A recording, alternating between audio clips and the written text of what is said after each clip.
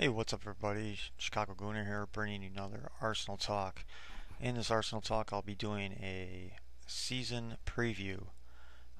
Hopefully, I won't get too all over the map with this one. Hopefully, I won't make it too long. Um, in the season review, I'll predict or what I think that where we'll finish in this table. Player of the year, top goal scorer, stuff like that. Go over some key games, some key moments from last year, and to compare them to this year. Hopefully, we won't have the same type of bad luck that we did last year. Um, we've already started this season, I guess you can say, especially with the transfer window, with a bang. I think we've had um, the best transfer window as far as filling needs instead of just going out there and spending a ton of money, um, much like a Chelsea, who just went out there and just pretty much bought out buyout clauses for players, and of course they did strengthen, but I think when you look at Arsenal and what we needed and what we filled those needs with, um, it only made us stronger. And of course, the transfer window is not open, not closed. It's not done, and there's still work to be done as far as what Arsene Wenger has said and what news coming out of Arsenal has been said that we still have about two more signings to make, two possible signings, and one of them, just to go with this right away, is Arsenal's after a Olympiacos Greek defender, center half Kostas um, Manolis. I don't. Who knows if I butchered that name? If I did, I'm sorry. Not great with names, unless I hear them. Then some things are just especially if you're Greek, they have different pronunciations, and I'm not gonna continue to try to butcher people's names, but I'll just keep on calling him Kostas. He's 23 years old, 6'2", 183 pounds. Plays for the Greek national team. Played in the World Cup. Plays for Olympiacos, who he also has Champions League experience. He did play, like I said, in the World Cup. Good center half, good young center half. Again, 23 years old. You're looking to not only gain experience, but to actually gain youth as well. With TV5 leaving, we gained, of course, a great young prospect in Colin Chambers already.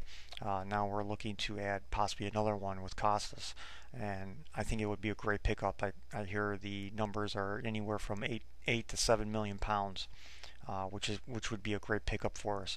Of course, with Murtasak and Koscielny, they're of course older than Chambers and Costas, that we can look to the future. Not only that we're gaining experience, but we're looking to the future as well. For whenever that Koscielny or Murtasak move on or retire, who knows. But it's great that we're looking for experience, but also looking to get younger at the position. That we can slowly develop or continue to develop him into a Premier League center half and an Arsenal center half as well. To possibly, maybe that's the next possible partnership between Costas and Chambers. And of course, I'm sure both of them will get plenty of time. I can see both of them playing in all the domestic League Cup games, and also maybe even a Premier League game here and there. Who knows? Maybe even a Champions League game, depending on injuries, and whatnot. But that seems like that's almost. There's some reports saying that's already done, but of course we won't know until it's done, until Arsenal says it on Twitter. Um, Many believe that they're trying to get it done before the weekend, so they can get him in before the weekend, before the Crystal Palace game, so he can basically start. Um, that's because right now they're looking at Chambers and Monreal playing as a starting center halves for Crystal Palace, which you don't really want to see that. I don't mind Chambers as much, but Monreal, he's not a center half. You can ask him to play that in the preseason and get away with it because it is preseason, but when the season starts, when the real games start, you want a person who plays that position in that position. Um, so it looks like they're trying to get him in before the weekend because Mertesacker's just not fit. He just came back on Monday. Koscielny is out with some type of Achilles um, injury. Um, they don't know how serious it is yet, but they said he should be back within a couple games or so. It's just a precaution supposedly, but it looks like they're trying to get him in before the weekend so he can possibly start alongside Chambers in that first game, which will help. Even though you look at Crystal Palace, a newly promoted team from last year, coming into their second year in the Premier League. You still can't take them lightly. We can't have another Aston Villa from last year. Of course, we want to start the ground. We want to hit the ground running, and we want to come out with a bang and get that confidence growing. We had a huge confidence boost in the Community Shield. Let's continue on with that, and let's continue on with winning. Um, Also, in the news, there is a slight rumor that someone in the know says that William Carvalho will be coming also in this window. They're just trying to work out the details and the transfer fee. It seems like Sporting Lisbon is open to selling him for less money than his buyout clause. His buyout clause is 45 million euros. I went over this all before, but it looks like Sporting will take less money if all the money is paid up front, which means 24 million pounds, maybe even 30 million pounds, all up front for the player, just so they can make money off of it and they can pay back the third-party loan. And of course, we all know that Sporting Lisbon is in heavy financial crisis right now, and they're looking for as much money as possible right up front. So it looks like that deal might get done before the end of the window. It looks like it's going to be more like an end of the window, maybe the last few days, from what some of the tweets are saying. From people say that they have that they're in the know from people from inside Arsenal are telling them that he will be coming in this window, which is great news. We need that DM. That I've been talking about. Of course, Arteta will start the season as our starting DM. I don't expect William to come into the team and start right away. That's just not going to happen. I'm sure Arsenal's going to sit him down for a few games at least, and just get him used to the Premier League. Have him, kind of like with Robert Perez. He sat him down right. Arsene sat him down right next to him and says, "This is the Premier League," and Perez kind of freaked out because of the speed of the game, the physicality of the game. You just can't throw a player regardless of how great they are or the potential that they have in them, to just throw them out there. So I'm sure they're going to use kid gloves and slowly integrate them into the team, and hopefully by maybe 2 or 3 months, maybe maybe he'll be that starting DM. But it's great that if we do get him, I mean, it'll be probably the best transfer window probably in the last 5 years or so that we've had. Probably the best transfer window that we've had probably since the Emirates was built. You can look at this transfer window. I mean, we filled, if we get William and Costas, I mean, we've filled every single need, got younger, got better with every single player. And we were smart about it. We just didn't go out there and spend. You can look at Sammy Khedira. I guess we agreed on a fee, but we weren't willing to pay what his wage demands were. Now he's sitting there on the bench at Real Madrid, and that's where he's probably going to stay. And Real Madrid is probably going to get stuck with him leaving on a free. But it's good that Arsenal is they're looking for the best talent to come into Arsenal, but they're not being stupid about it. They're identifying their targets. They're identifying, you look at Chambers, you look at the Casas, you're looking at guys who are young, who haven't even reached their prime yet, who have great potential to be great players or even world class players. especially with William. He has that potential of being that kind of monster Yaya Toure type of DM in his future. Uh, you know, Williams only 22 years old as well. Casas only 23. Maybe the Casas Chambers thing, that might be the partnership of the future. You just never know. So, but this window, that's when our season kind of like really started. Uh, back on July 1st when the window opened up. We started off with Alexis Sanchez, and we just kept on getting stronger and stronger with every signing, and it's looking great. We just didn't go out there and like Chelsea and just buy up all the buyout clauses from players. They have they're going to have a lot of problems during the season with players getting pissed off because they're not playing. I know you want competition, obviously. That's what Arsenal is trying to do as well. But at the same time, you don't want to piss off your players because at some point in time, your players are just going to say, "Screw this," and we're going to force a move to leave, and you just don't want that. You kind of want a player and a backup player for just about every single position. Some have more. You have two wingers on the pitch. You have kind of like 2, 3 CMs on the pitch. You only have one striker on a pitch, so you don't need as many bodies there. You need, if you run a 4-2-3-1, basically you only need 3 strikers to last out the season. Of course, if you look at last season, we just didn't have that. We had one striker the entire season. Snowball was hurt most of the time. Bentner was just being Bentner. Walcott was out most of the season. So it was basically just Giroud the entire season almost until the end of the season when Sonogo finally got somewhat healthy. And that's going to be the real key to this entire season. Can we stay healthy? Can we stay healthy throughout the entire season? Can we avoid those big injuries? We're going to have injuries no matter what. That's just the nature of the game. People are going to get, maybe a sprained ankle here and there. They might get a slight hamstring pull. They might get a slight quad pull. Stuff like that. You're going to have that where you're going to have guys out for maybe a couple weeks or a month. But if we can limit the big injuries, you look at our big injuries last year from, the Ox. He was out for like 4 or 5 months.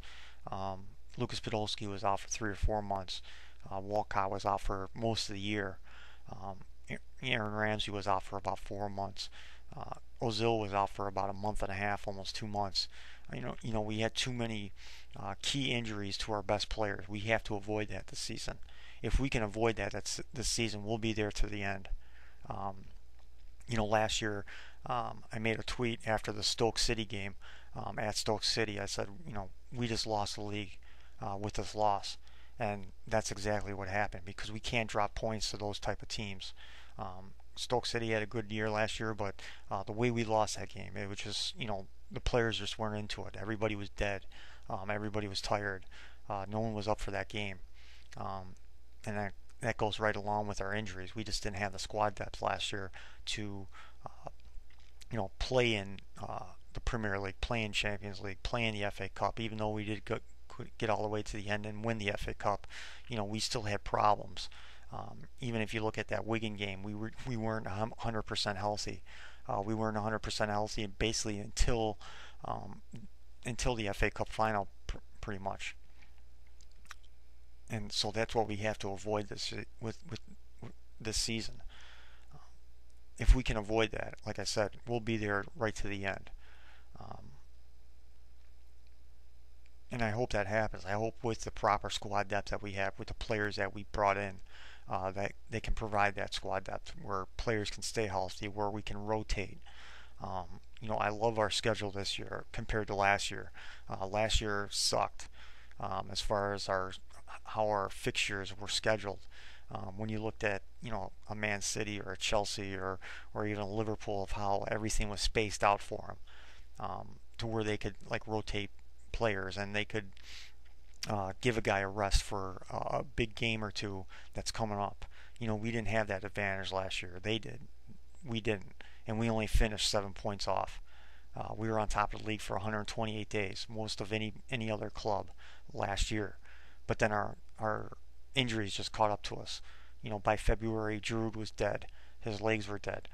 Ramsey was out. Walcott was out. The Ox was still in and out of the squad. Um, by the time March hit, Ozil was out. Koscielny was out. We had too many big injuries to our best players that we just couldn't last. We couldn't survive. Um, but in all that, we still only finished 7 points off. Even with uh, you know, even with a mediocre DM and Arteta, we were still only 7 points off.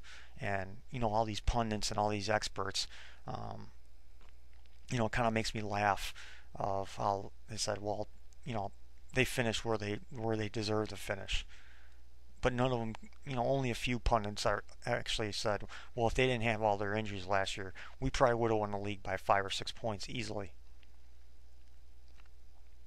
Maybe you don't see uh, the Chelsea game, the 6-0 in the Chelsea game if we were at full strength. Maybe you don't see that Stoke City game happen.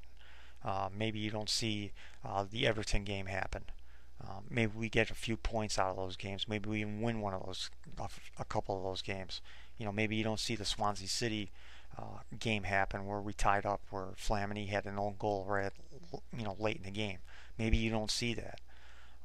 We were great against bottom half teams. We were great against like the mediocre teams, the top, or you know, when we played the top five teams, we weren't especially good at all. Um, so we have to do better when we go up north, especially up north. We didn't get one single point out of the Manchester United, Manchester City, Liverpool, or Everton. We didn't get one single point away from those games. That's that's 12 points.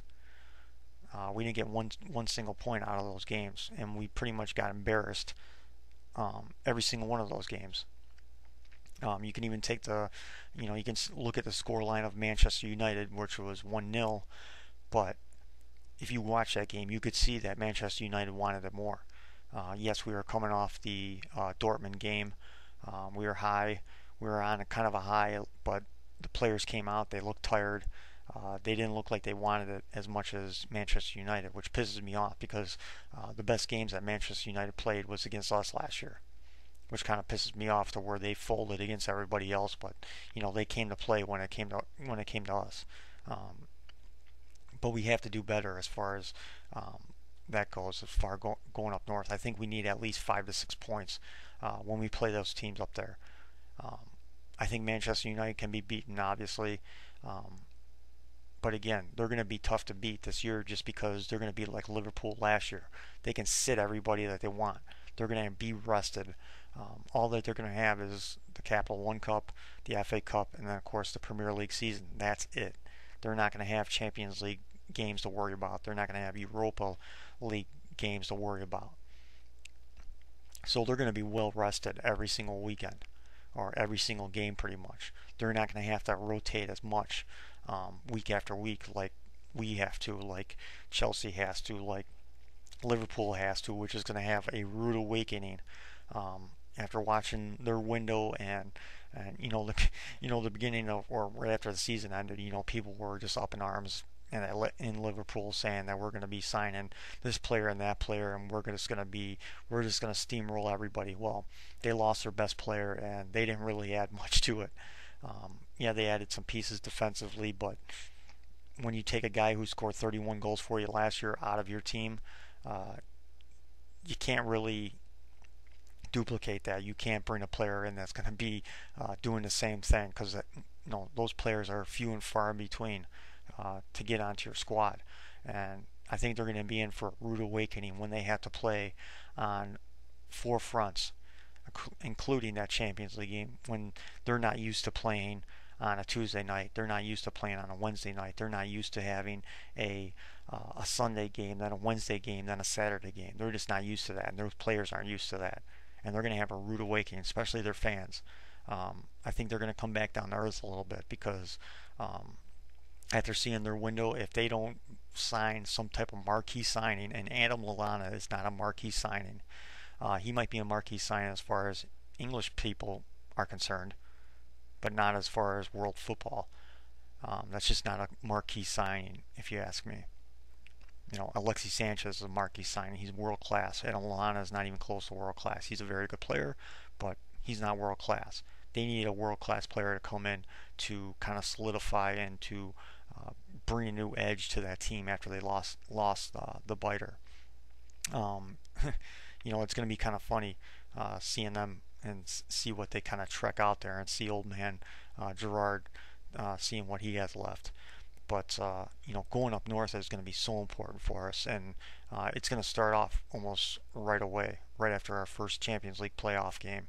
Um, we play Everton at Goodison Park, August 23rd. That's going to be a revenge game, and every single player better be up for it. Every single player better remember what happened last year at Goodison Park, because again, we just didn't show up. You can say that we kind of showed up to the Man City game a little bit, to where that game was end to end. It was pretty exciting overall, but at the same time, we kind of got our asses handed to us in that game. Just because we just pressed too high, we just tried to press too much, and they just killed us on the counter. And that's what kind of, Everton did a lot to us during their game.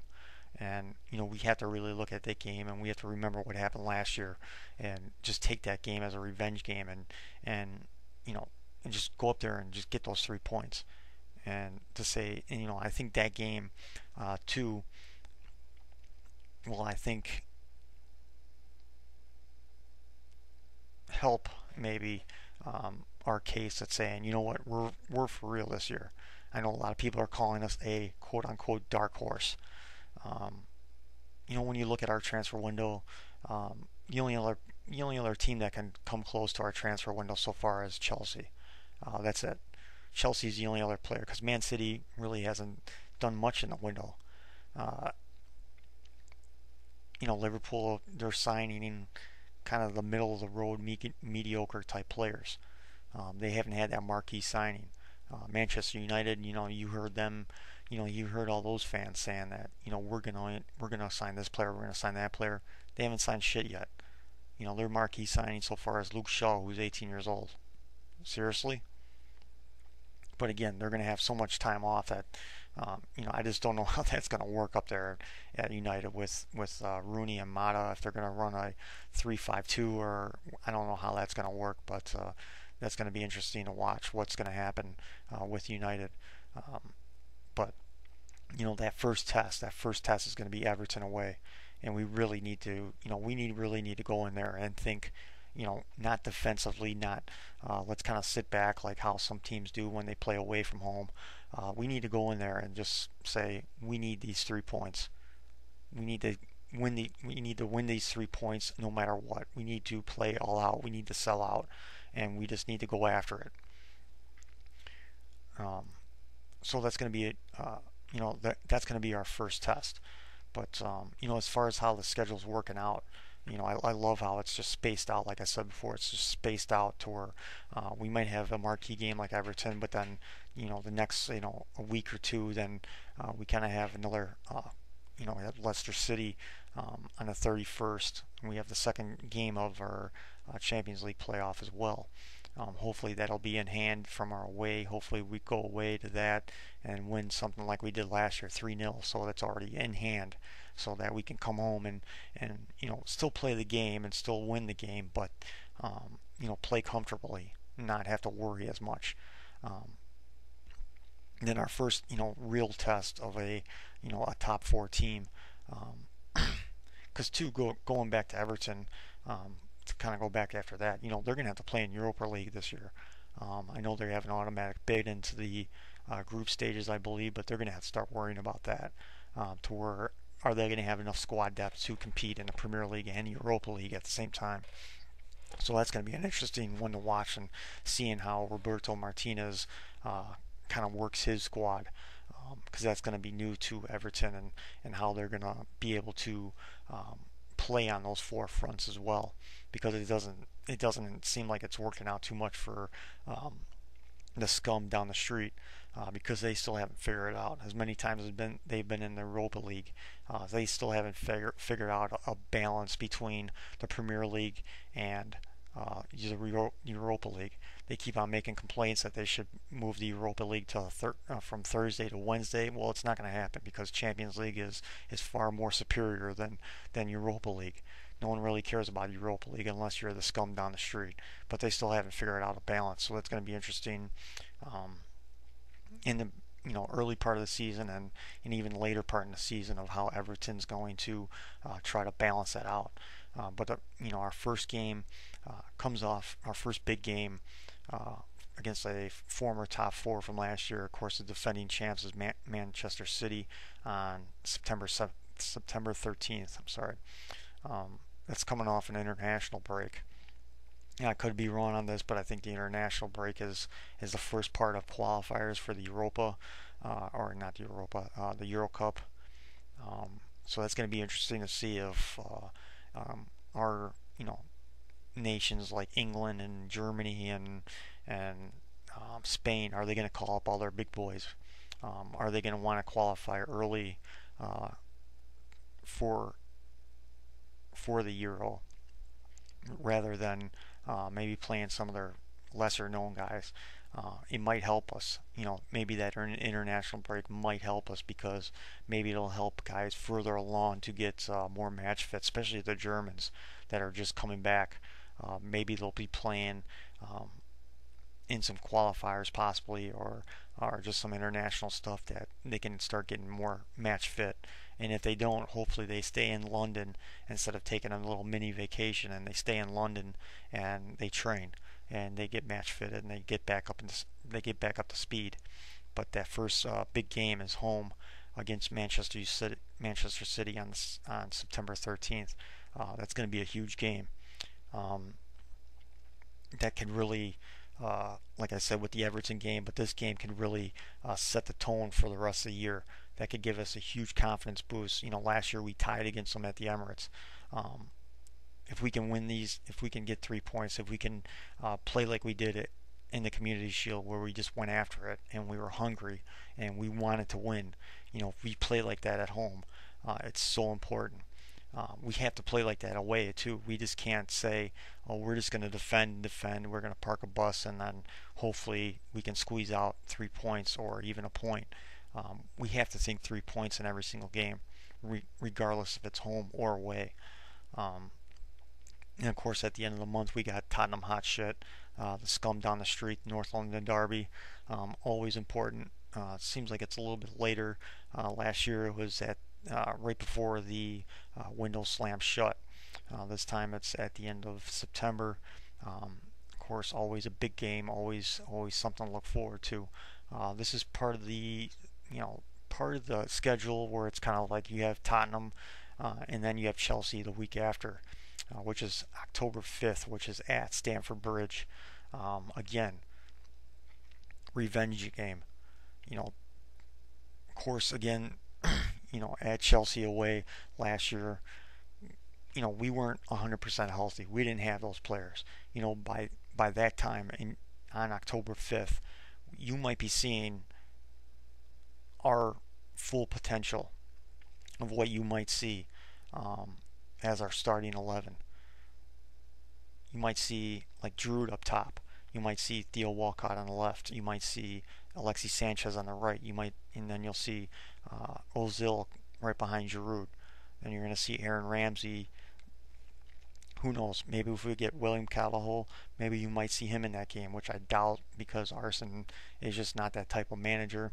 And you'll probably see Arteta in that game again. But then you're going to see Debuchy, you'll see Mertesacker, and then you'll see Koscielny, and then Gibbs, and then of course Szczesny in goal. That could be our best starting 11. Some people are saying that you start Sanchez up top, you play Santi on the left, you play Theo on the right with Ozil in the middle. Honestly, I think this season you're going to see the best from, and I'll get into it a little bit later when I start talking about the players a little bit more. But I think you're going to see the best out of Olivier Giroud, the best out of Mesut Ozil this season. But again, that Chelsea game is so important. That game, and you know, those players have to redeem themselves. This is the one game. You know, I don't give a shit about the Everton game and stuff like that. This is the one game right here, is Chelsea. That these players need to redeem themselves. They need to stand up and say, you know, we're sorry that what happened last year, especially to their manager, that fights for them, that speaks highly of them, that defends them uh, in the press, in the media, through everybody, even the fans. Um, you know, they made a mockery of Arsene Wenger, the players did last year, in his 1,000th game as Arsenal manager, losing 6-0 at Stamford Bridge. You know, this is the game that they have to be up for. This is the game that they have to look at and say, you know what, we have to stand up as players, and we have to, you know, fight for each other, but not only fight for each other, but fight for Arsene Wenger, who has given us the opportunity to play at this level, to play for a big club like Arsenal. So this is the game that they have to redeem themselves on October 5th. It's on a Sunday, and you know it's going to be the marquee game on Sunday. Um, they have to win it no matter what. I don't care how they have to win it. I don't care if it looks ugly. They have to win it. It has to be 3 points, because nothing else is going to be satisfactory. You know, I don't think anything else is going to satisfy the fans. I don't even think a draw will satisfy the fans. And of course, this is going to be the first game that we're going to see Cesc Fabregas in a Chelsea shirt, which still makes me want to vomit. Um, so it's an important game. It's probably the one. You know, I almost look at this game being before the North London Derby, because you know the scum down the streets suck anyway, and that's 3 points in the bag. This is the one game that I'm looking at early in the season that I want 3 points. I want to see them kick the shit out of Chelsea because of what happened last year, and because of all the stupid shit that Jose Mourinho spews out of his fucking mouth day in and day out. This is the one game that I want to, you know, write a little tweet to BT Sports and say fuck you to all your stupid ads. This is the game that I want to see them win, get 3 points, and if they can win at Stamford Bridge, good luck to the rest of the season. Everybody else is playing for second place. And after that, it gets pretty, you know, pretty slow as far as matches go. I'm sure Champions League games will be somewhere mixed in between, you know, especially when it starts up. The group stages start up, and I believe in September. Probably like late September, maybe mid-September to October is when Champions League really starts up. And of course, finishing up in like late November. But we have a pretty favorable schedule after that Chelsea game. We have Hull City, Sunderland, Burnley, Swansea City, Manchester United at home, and then West Brom, and then Southampton at home, and Stoke City, Newcastle. I mean, we have a pretty favorable schedule in between there.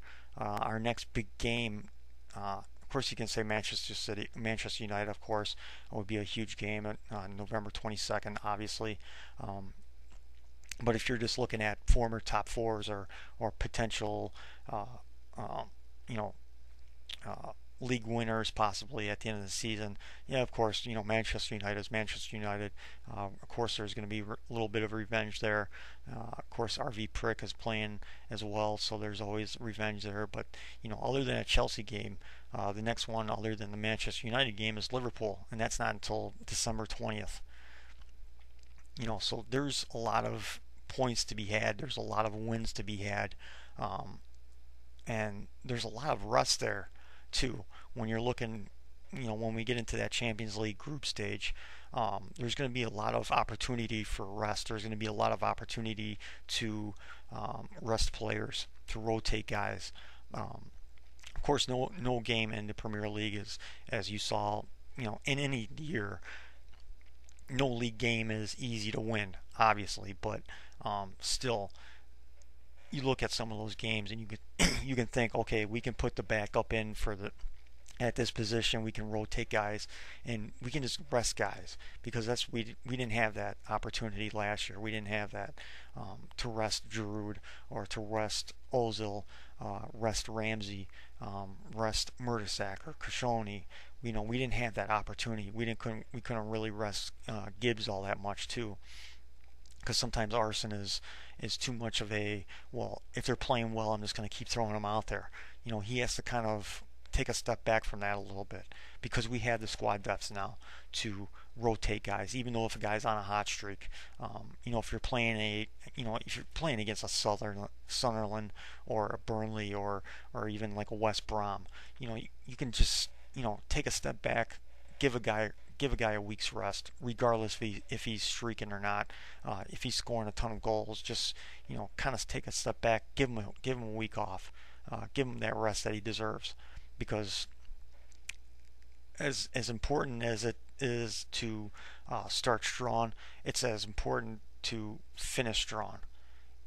And to finish strong, you need to be up for it. You need to have that rest somewhere in the season, to have your legs, to have that extra fight in you at the end of the season. So there's a lot of games in there that will be able to rest guys and to give them that rest. Yeah, because then after that, I mean, after the craziness of the holidays between Christmas and New Year's, you're looking at, let's say, Liverpool on the 20th, Queens Park Rangers on the 26th of December, West Ham United on the 28th of December, and then of course on New Year's Day we have Southampton away, and then the FA Cup third round on July 3rd. That's a lot of games. That's a lot of time. But again, you're looking at those kind of games where, obviously Liverpool's huge because it is away. It's at Anfield. Again, another revenge game that we need to go up there and just grab 3 points and just, slit their throats pretty much. Not literally, but just figuratively. But you're looking at that kind of like Queens Park Rangers, West Ham, maybe even Southampton, because Southampton just got destroyed by the transfer window this year. You're looking at those games where you can rotate guys and not be playing guys game after game, because that's 5 games and what is that? Yeah, 5 games in about 13 or 14 games. That's a lot of games to be played. I kind of wish that the FA or the Premier League, the BPL, would kind of mirror what other leagues are doing, where maybe not give them 2 weeks off for like a winter break, but maybe give them a week off on a winter break. But I get it. It's about money. It's about ratings. It's about TV views and all that kind of crap. So the FA is not going to do that, but I think it would be nice for them. If we keep on, I know Chelsea won the Champions League a couple of years ago, and but if you see La Liga and Bundesliga teams keep on winning the Champions League, you might have to start thinking about maybe throwing in a week there of rest for all the players. Because sometimes when we get back to that knockout stage of the Champions League, sometimes the players are just way too tired because we play continuously. But I'm going into that. Maybe I'll get into that in another episode, like later on in the season.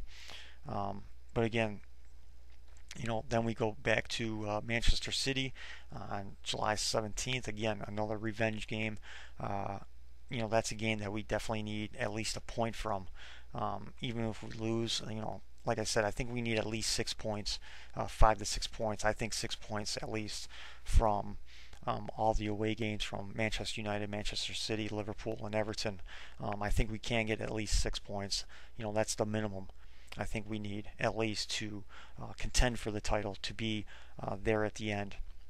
Because you always want to win your home games. You always want max points as far as your home games go. And against those tough away games, you would like to come out with a win, obviously, but sometimes you're almost looking for at least a point.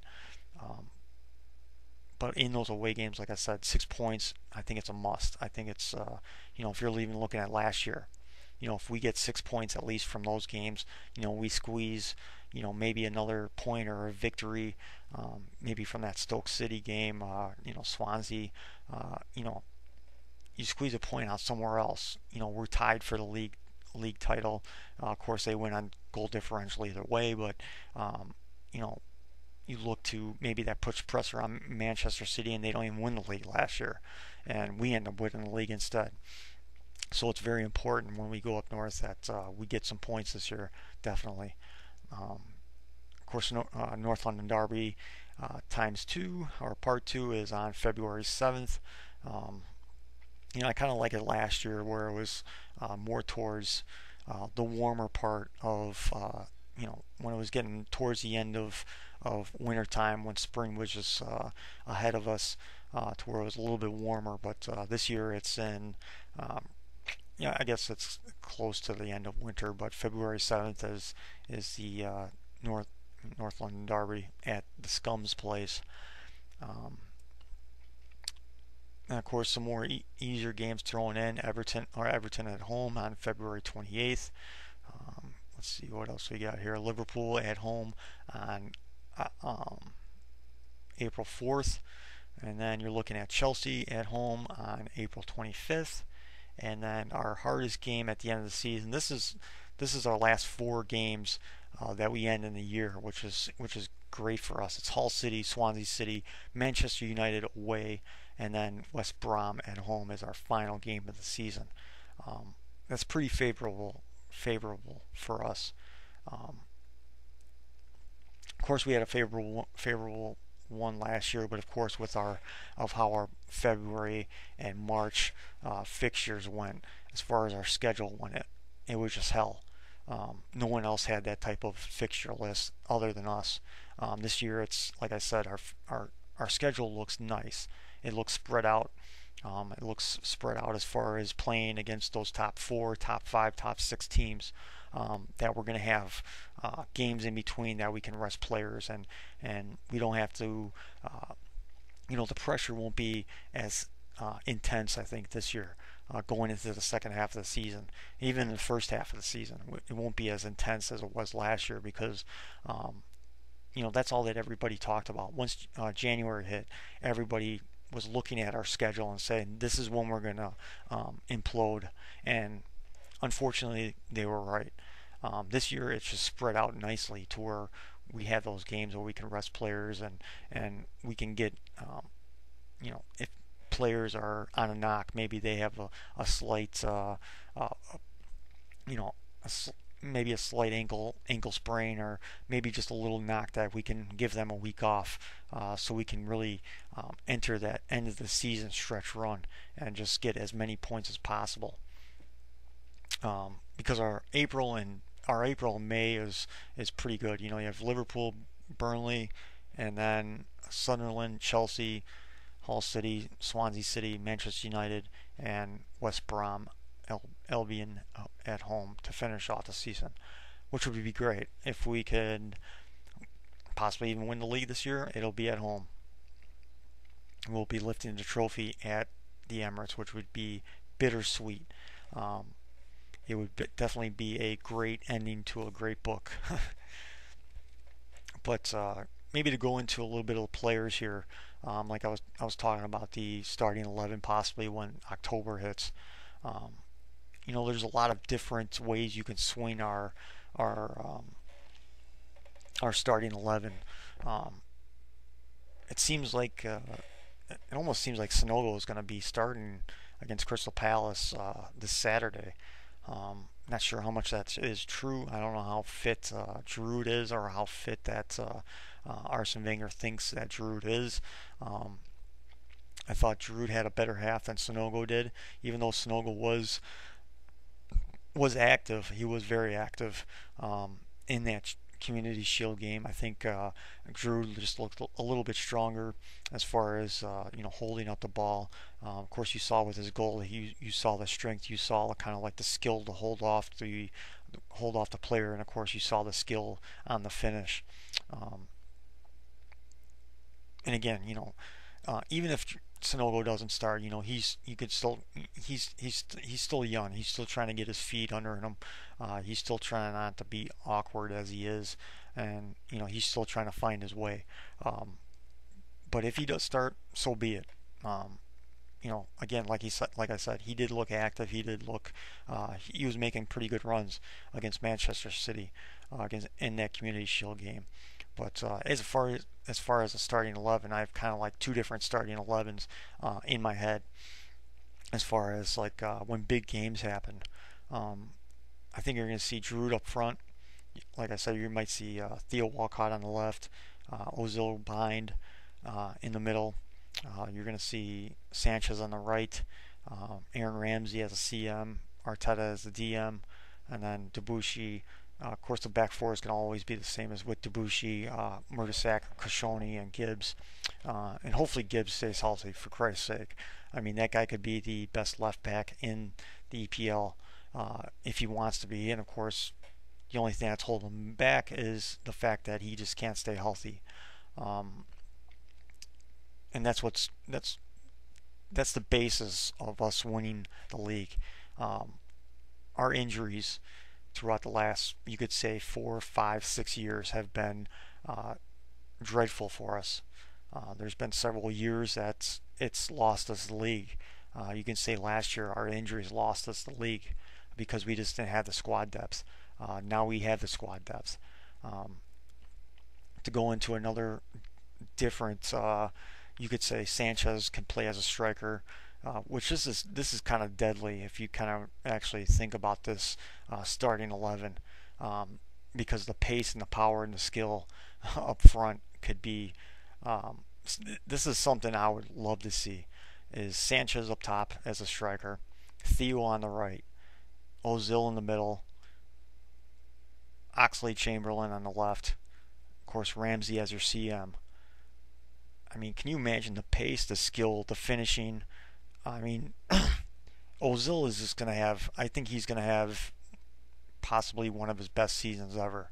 Um, but can you imagine with the pace and the skill that they could possess with Sanchez up front, Ox and Theo on the wings? I mean, Ozil is just going to be foaming at the mouth, setting up these guys for goal after, or chance after chance and goal after goal. Uh, I think really we really have the chance to just average 3.5 goals a game this season, maybe even 4. Who knows? Sky's the limit because this is going to be Mesut Ozil's second season in the Premier League. Now he knows what the Premier League's like. He knows how he has to prepare himself, and now he's going to have weapons. Last year he really didn't have Theo to work with because Theo was out most of the season. He didn't have a guy like Alexis Sanchez. He basically even got limited time with Oxlade-Chamberlain because Ox was out most of first half of the season, and then he was in and out of the lineup the second half of the season. And of course, you're going to have luxuries like Sandy Cazorla, who can still back up, of course, Mesut Ozil, Lucas Podolski, of course, as well, Joel Campbell, which I hope he desperately, I hope he stays with the club. I hope, Arsene Wenger said that he's not going to be loaned out, he's not going to be sold, he's going to be staying with the club. I hope that's true. I still think Gnabry will be sent out on loan somewhere. As far as I think didn't he? Yeah, I believe he denied Crystal Palace. I don't think he wants to go there. I think he wants to go somewhere else and play. But I think Gnabry will probably be sent out on loan. I think it'll be good for him to get him, first team minutes to play week in and week out. But again, you're going to have so many different options. You're going to have a backup for Ozil now. You even saw Jack playing in that number 10 role in the preseason. Thank God he's not playing in that DM role, which some of the media was saying that he was going to be playing in. Thank God for that, because that would be just a waste of talent. But it's nice to see that Jack could possibly be backing up Ozil as well. But I think Santi will probably be the backup, and then of course Jack and Ramsey will be interchanging. You know, whenever one needs a rest, or as far as substitute goes and everything like that.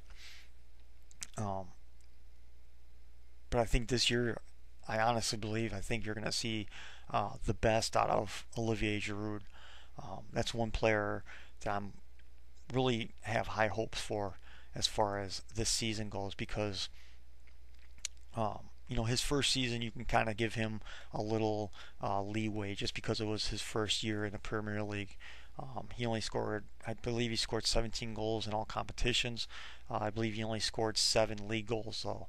Of course, he scored 16 league goals last year. Uh, every single year that he's played for a club, every single year he's gotten better as far as his goal scoring output goes. Um, and if you look at the team, and if you look at, if you get a Theo Walcott back healthy, you have an Alexis Sanchez on the wing as well, uh, giving you support. And those guys are going to give you support because that's what Giroud just needed last year. You saw even in 12 and 13, you could see a streaking Theo Walcott with his pace, giving Giroud the support he needs because Ozil just can't do it by himself. He can't be the only person supporting Giroud all the time.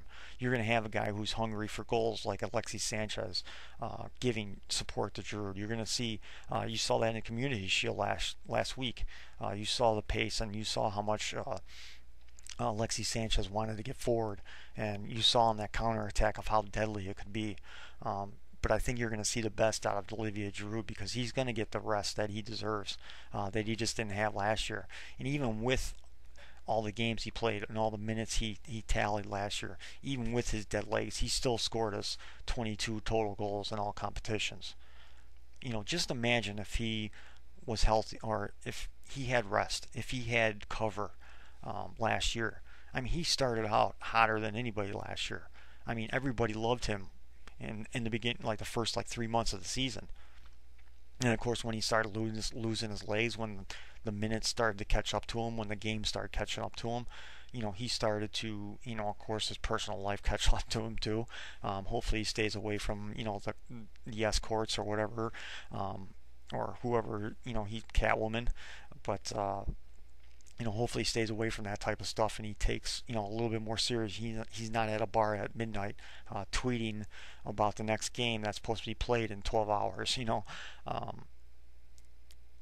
So if he has that proper rest, just imagine what he can do in a full season. Um, because like I said, in the first 3 months, everybody loved him. But then once his legs started going, once he started playing not as good as he was in the first 3 months, everybody started hating him. Everybody started getting on his case. We can't win the league with him. Okay, just to give you some information here, like I said before, we were only 7 points off the top last year at the end of the year. And that was with Olivier Giroud. And that was with all of our injuries. You give that guy proper rest. You give that guy, like I said, just proper rest. That's all he needs. And you give him, you give him competition. Let's say Sanogo goes out there and starts scoring goals. Let's say Joel Campbell plays as a striker once in a while. He starts scoring goals. Alexis Sanchez starts scoring goals. He's going to start being worried about his job. And every time he goes out there and plays, he's going to give us all that he has. Not that he doesn't do it already, because he does. But I think you're going to see the best out of him. I think you're going to see possibly another 20-plus goal season. At least that's what I hope for. We need that out of him. In all competitions, we need 20-plus goals from Olivier Giroud. And I think along with Olivier Giroud, I think we're going to see the best out of Mesut Ozil. I think you're going to see the best season of his career possibly. Because he has options now. He has options to pass to. He's going to have players who are hungry for goals, who are going to make those runs that he loves. You look at his Real Madrid days, and you look at all the runs that CR7 made, or Benzema, or Di Maria, any of those guys. You saw the runs those type of, you saw the pace that those guys had, and you saw the runs and how Mesut Ozil set those guys up for goals. You're going to see that with Theo, Sanchez, the Ox, Joel Campbell, Lucas Podolski, even now Olivier Giroud, Sanogo. You're going to see the best, I think, out of him. And of course, with Aaron Ramsey backing him up as well. And you're going to see Aaron Ramsey. I think if we can get another season that he had last year, only a full season, not just, I think he was out for 4 months. So what is that, a 5-month year that he had? Hopefully we can get all 8 or 9 months out of him this year. And if he can have that same type of year, that same type of scoring output, that same type of creativity and playmaking and assisting players for goals, I mean, we're going to be deadly when you really look at that starting 11. of the possibilities of what our starting 11 um, of that attacking line that we're going to have going forward. Because the one player who really adapted to Ozil's game last year was Aaron Ramsey. I mean, it was like a snap of a finger. He got it right away. He was like one of the few players that got it right away. Same with Walcott. But of course, Walcott went out with an injury, right after that first Champions League game against Marseille. So if we can get that type of same output from Aaron Ramsey, and even a better Aaron Ramsey, because again, as you get older, you start to experience more things, you start to gain more confidence, and you can see that confidence in him just in this preseason. He played pretty well. You can see the confidence in his passing. You can see the confidence in his shooting. You can see what he's trying to do, see what he's trying to work on, and trying to get better, and trying to be more of a centerpiece, I guess you could say, in the attack. And we need that because, I was calling Aaron Ramsey last year. He was basically like the ninja assassin because there's so many times that he went unmarked because we were having so many players push forward as far as our fullbacks, our wingers, striker. So many people were worried about Mesut Ozil last year, that Aaron Ramsey went unmarked so many times that he got into the 18-yard box and got a free shot on goal. And sometimes he was just wide open to take a shot. And that's why he got a lot of his goals, because they were so worried about Olivier Giroud. They were so worried about Ozil. I mean, there was times where Ozil got surrounded by 3 or 4 players last year. This year, teams aren't going to have that luxury to do that, because you're going to have to worry about Alexis Sanchez. You're going to have to worry about an Aaron Ramsey. You're going to have to worry about a healthy Theo Walcott. Teams might even start being worried about Sonogo the way he's been playing as of late. We have so many different options. Teams aren't going to be able to surround Ozil, and that's going to open his game up even more. He's going to open up passing lanes even more. He's going to be able to see the field a lot better. He's going to have more support instead of just being, towards the end of the season, people were basically kind of figuring out that, if you stop Ozil, that's pretty much end game for us. So if we can give him the opportunity, more space to work with, he's just going to pick people apart.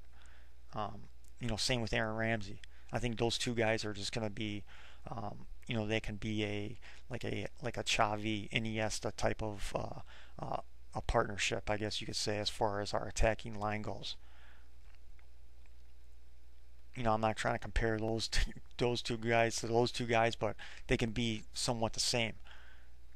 Of course, Aaron Ramsey's a little bit more of a goal scorer than Xavi is, but when you have that type of partnership, when you have that type of understanding between your CM and your attacking midfielder, sky's the limit.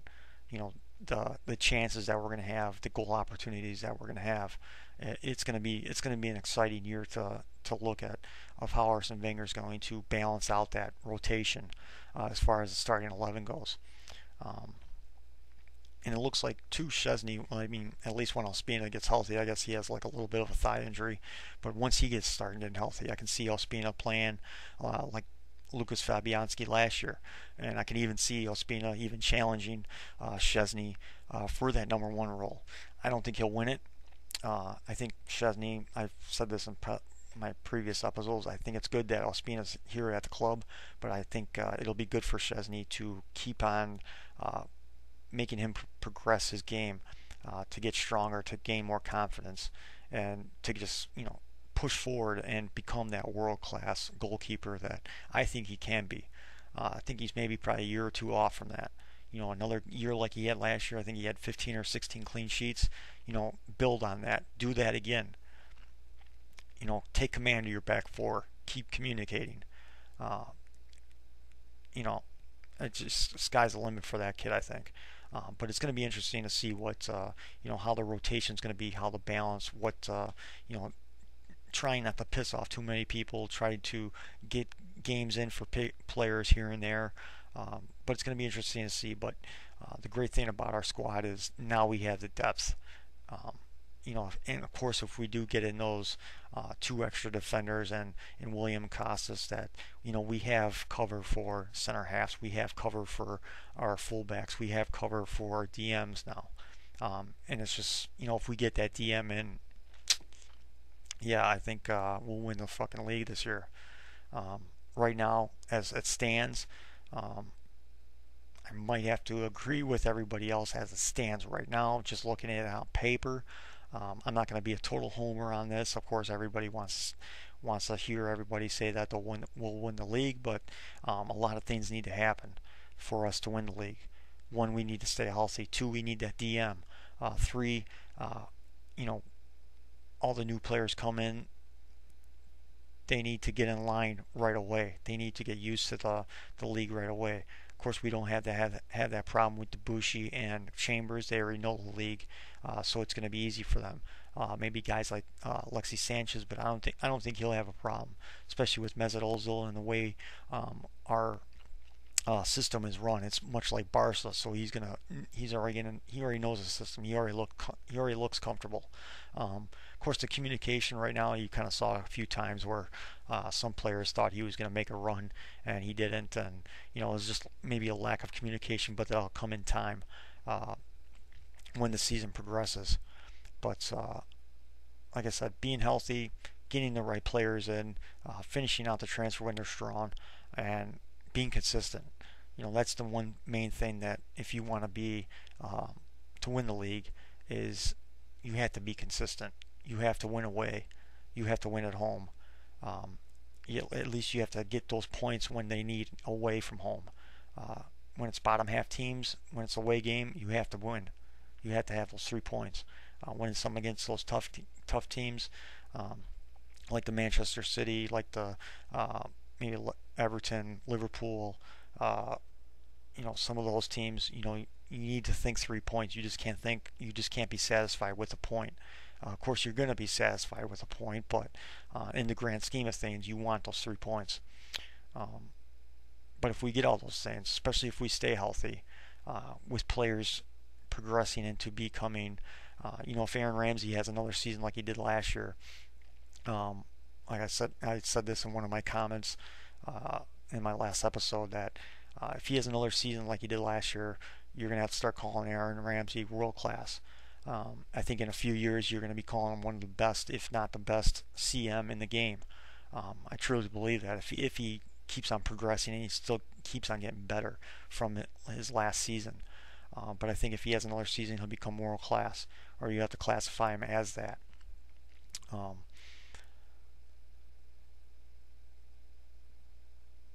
But I think we can win the league. It's a different, we can win the league, but are we going to win the league? Those are two different things. Of course, everybody says that we can win the league.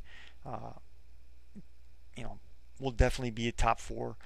Some people are saying that we won't even make top 4, which is kind of a joke. Of course, a lot of those idiots are former Liverpool players. Of course, I wish those guys would just go away, because instead of wearing suits or whatever to their telecasts, they should just wear a fucking Liverpool shirt and just say, the only thing I'm going to talk about here is Liverpool, and the only thing good I'm going to say is about Liverpool, because they have nothing good to say about anybody else, and it's pretty embarrassing. Even if I was a Liverpool supporter, I'd be pretty embarrassed that some of these assholes keep on, all they do is spew Liverpool this, Liverpool that. Liverpool hasn't been relevant since 2006. Okay, so stop with that shit. Until they actually win the BPL, then come talk to me. Other than that, then shut your mouth. I'm kind of sick of that crap, because before the transfer window opened up, I thought that Liverpool would finish in the top 4 this coming season. I don't think that anymore. I think they're going to drop out of the top 4. I think Manchester United is going to squeak in to that top 4 finish, because they don't have Champions League. They don't have that extra. They're going to be based in England the entire freaking time. They don't have to fly anywhere. They don't have to go anywhere. They don't have those Tuesday and Wednesday night European nights. It's going to benefit them just like it did Liverpool last year. Um, I think my top four in no order is Arsenal, Chelsea, Manchester City, and Manchester United. That's my top four. Um, I think Liverpool finished probably somewhere around like fifth or sixth. Um, Daniel Sturridge, he is good. I like him. He's a great striker, but I don't think it's enough. When your backup striker is Ricky Lambert, who is aging, when he's trying to play in that high intense, high tempo type of attack that Brendan Rodgers likes to play in. I just can't see Ricky Lambert playing well in that type of attack. Um, and again, they just don't have that marquee signing like Alexis Sanchez or like Costa or Fabregas, like for Chelsea. They just don't have that type of signing yet.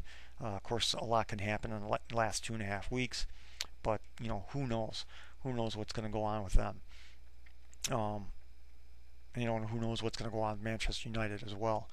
There's still 2.5 weeks left. A lot of people are saying that Di Maria is going to go there, but who knows? Who knows what's going to happen with them either? But right now, that's basically my top four. No order whatsoever. If you told me to, or you asked me to put it in order, I would say Chelsea will finish first, just because their depth is pretty disgusting. I mean, they have depth everywhere pretty much, except for basically at striker. I mean, if your backup striker is still Fernando Torres, that's a little bit of a problem. But as far as their squad depth goes, and what they have as far as their squad depth is, it is impressive. Even though I hate Chelsea, but I will give them credit as far as their depth goes. I think Arsenal finished second. I think Manchester City will finish third, and then Manchester United will bring up the top four. Um, but a lot can change, obviously. That's just on paper right now. Um, Even on paper, I could easily say that Arsenal can finish third. Any one of those top four, I think any one of those top three. I'm sorry, not top four, top three of Chelsea, City, or Arsenal can win the league. I think those are the three top dogs right now. Everybody else is playing for top four. Everybody else is playing for that fourth spot, I think, um, in the league as far as United, Liverpool, even the scum down the street, or even Everton. I think those are going to be the teams that are going to be fighting for that fourth spot. We will not finish fourth this year. I guarantee that. We'll finish in the top three. And of course, like I said, a lot needs to happen. If we stay healthy, we can win the league. I think we can win the league by 5 or 6 points, because I think maybe somewhere in the season, Chelsea might implode a little bit, just because, like I said, they have a ton of squad depth, but at the same time, when you can have too much squad depth, I mean, they have like 30 or 40 wingers over there. They have like 30 or 40 midfielders over there. I mean, it's crazy to think of how many wingers and midfielders they have on that team. But yet, at some point in time, players are going to start to get pissed off. Players are going to start to get angry, and some players might just say, who knows? By Christmas time, you might see some players saying, "I want to leave." And you can't have that with a team. If you don't have that team unity, much like Arsenal does right now, you're going to have issues. You're going to have problems. And even with Costa, I mean, yeah, he's a good striker. A lot of people don't think he's even that good to begin with, but I think he's pretty good. But at some point, I think his attitude's going to come into play. I think he'll get a couple of red cards during the season for sure. I think the physicality of the Premier League is going to be a lot different from La Liga. La Liga is soft, in my opinion, as far as defensively goes. It's a little physical, but it's not as physical as the Premier League. So I think he's definitely going to get a couple of red cards this year. You can definitely see that. So if he does get 2 red cards, what is that, 4 games? His first red card would be 1 game. His second red card would be 3 games. So then you can almost mark him down for at least 4 games out of the Premier League season, possibly. But on paper right now, that would be definitely my top 4, and in that order. But again, if Arsenal stays healthy, we can win the league for sure. Player of the year, Um, I'm going with Mesut Ozil. I think, like I said, I think we're going to see the best out of him this year. Second year in with Arsenal, he understands the system a lot better. He's going to understand his players a lot better. He knows his players' weaknesses and strengths. He's going to have a Theo Walcott. He's going to have an Oxlade-Chamberlain. He's going to have an Alexis Sanchez. He's going to have a well-rested Giroud, a young up-and-coming striker in Sinogo, Joel Campbell, Aaron Ramsey, Jack Wilshere, Santi Cazorla, Lucas Podolski. The list goes on and on. Um, I think his output, I think he's even going to score more goals, in my opinion. I think he's going to take more opportunities. Even though he's not that type of player, even though he doesn't want to, I think he's going to. I think you're going to see him score more goals. I think he's going to have more opportunities that he just won't be able to pass up. So I think he's going to be definitely the player of the year. I think you can see him over the 20 plus assist tally as well in all competitions. I think he's going to have maybe like a 10 plus goal season and then 20 plus assists for the year. And I will say that he will be our player of the year for the 2014-2015 season. Maybe if I do a top three of player of the years, I think the second player. Once Theo comes back, I think he'll be right up there in the top three. And I think also, of course, Aaron Ramsey will be the top three. I think it'll be between Ozil, Theo, and Aaron Ramsey as our player of the years. It could go to either one of those guys, in my opinion. Alexis Sanchez could just shock everybody and just say, screw all that. You need a year to integrate into the Premier League. And he might score us 20 goals in all competitions. Who knows? Sky's the limit for him too. When you play with a guy like Mesut Ozil, who's just going to make you better. So I think those are going to be our top three as far as player of the year. But I'm going to give it to Mesut Ozil. Our top goal scorer. Our top goal scorer in the 2013 season was Theo. Our top goal scorer last year was Olivier Giroud.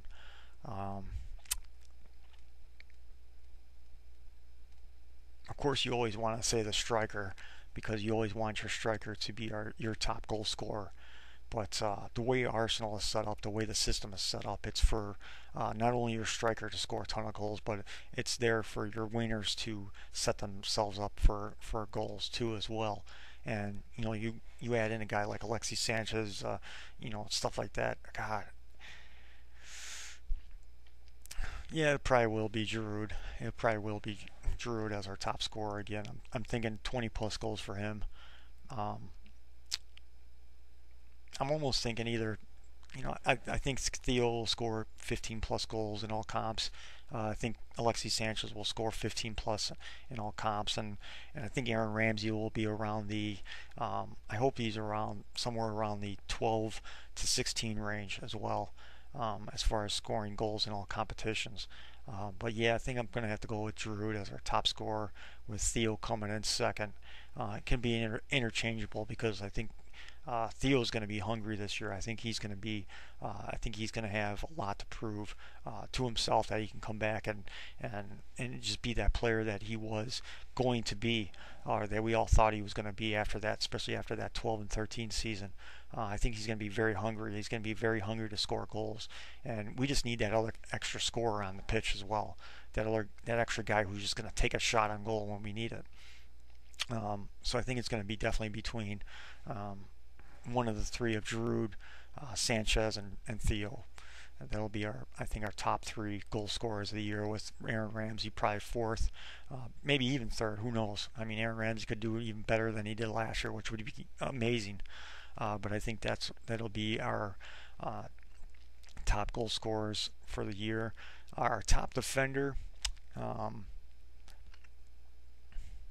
think it's going to be between. I think it's definitely going to be between either Koscielny or Gibbs.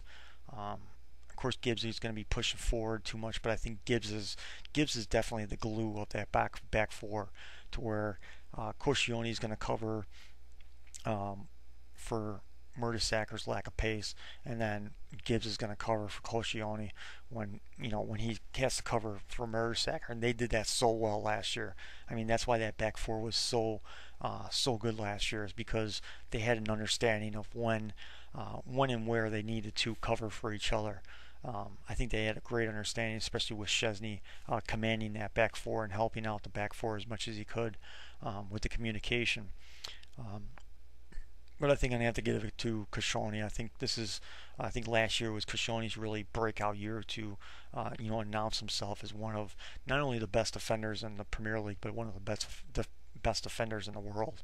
I think this year he's definitely making like team of the season, all that type of stuff. Um, I think he's going to get a lot of accolades this year as being a defender, being one of the better center halves in the world. Um, so I think he'll probably be like basically like our defender of the year. Um, Other than that, this will probably be the end of the summer preview or the season preview. Kind of got lost there for a second. Um, but if anything else happens before the Crystal Palace game, I'll be sure to throw that out there. Hopefully, I will have this out soon. But I don't know if I'm going to be doing a Crystal Palace type of review or preview. I'll be sure to doing a post game type thing with player reviews and game review and everything like that, and going over certain things that I saw, and maybe doing some ratings on some players, because media ratings suck because media doesn't seem like they even watch the games. I think they gave like a like a 4 or something to Sinogle last for the Community Shield, and then they gave like a 6 to Alexis Sanchez or something like that, or vice versa. And it's like, wow, did you even watch the game and see how active those guys were and what they did? And um, so I might be doing some player ratings as well throughout the season and throughout games, and hopefully the season will go well. And I think it will be. I think it'll be one of the more exciting seasons that we will be able to see as Arsenal fans. I think this is the season that we've all been waiting for. This has definitely been the transfer window that we've all been waiting for Arsenal to start spending money to strengthen the squad, and we've definitely done that. And like I said earlier in the episode, that we're not done yet. And hopefully, we get those two players that we desperately need to finish out our window.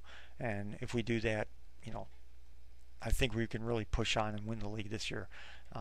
Again, I think we can win the league, but will we win the league?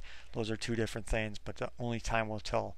But it's going to be an exciting season. Hopefully, I cannot wait. Can't wait for Saturday to get the season on. Not only to get the season on, but to get the Champions League season on as well. Yeah, it's just going to be exciting to watch week in and week out. I think you're going to see a lot of wins, a lot of points, a lot of goals from Arsenal this year. I think you're going to see the Arsenal of old, back in the invincible days, where the counterattack was just deadly, scoring goals for fun. So here's on to a great year, hopefully, and hopefully I'm right on all my predictions. And yeah, that'll be it later.